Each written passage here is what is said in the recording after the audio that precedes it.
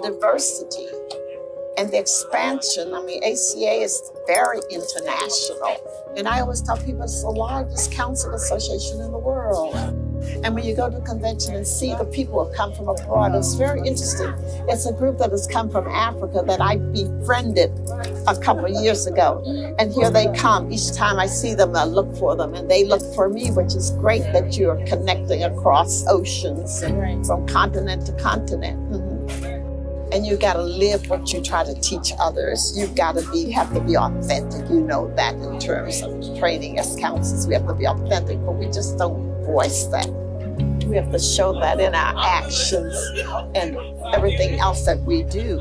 And remember the fact that you're constantly learning. You're constantly learning if you want to learn. That's why I go to the ACA conventions. Yes, I go to see the people and my friends, but I also go to some of the workshops that I can use because I do a lot of training for the organizations that I have to work with.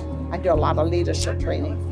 But I go to see how can I now, at this point, that I'm not counseling directly, but I am counseling out in the community. I'm counseling through the organization. But how can I use the techniques that I've learned to inculcate that into the community work that I'm doing? How can I use that in my social justice advocacy?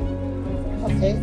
How do I use that in this organization that I'm in, Delta Sigma Theta? How can I use it in the National Council of Big Women? How can I use it with the NAACP? I can because I understand it and I bring it out in the leadership skills.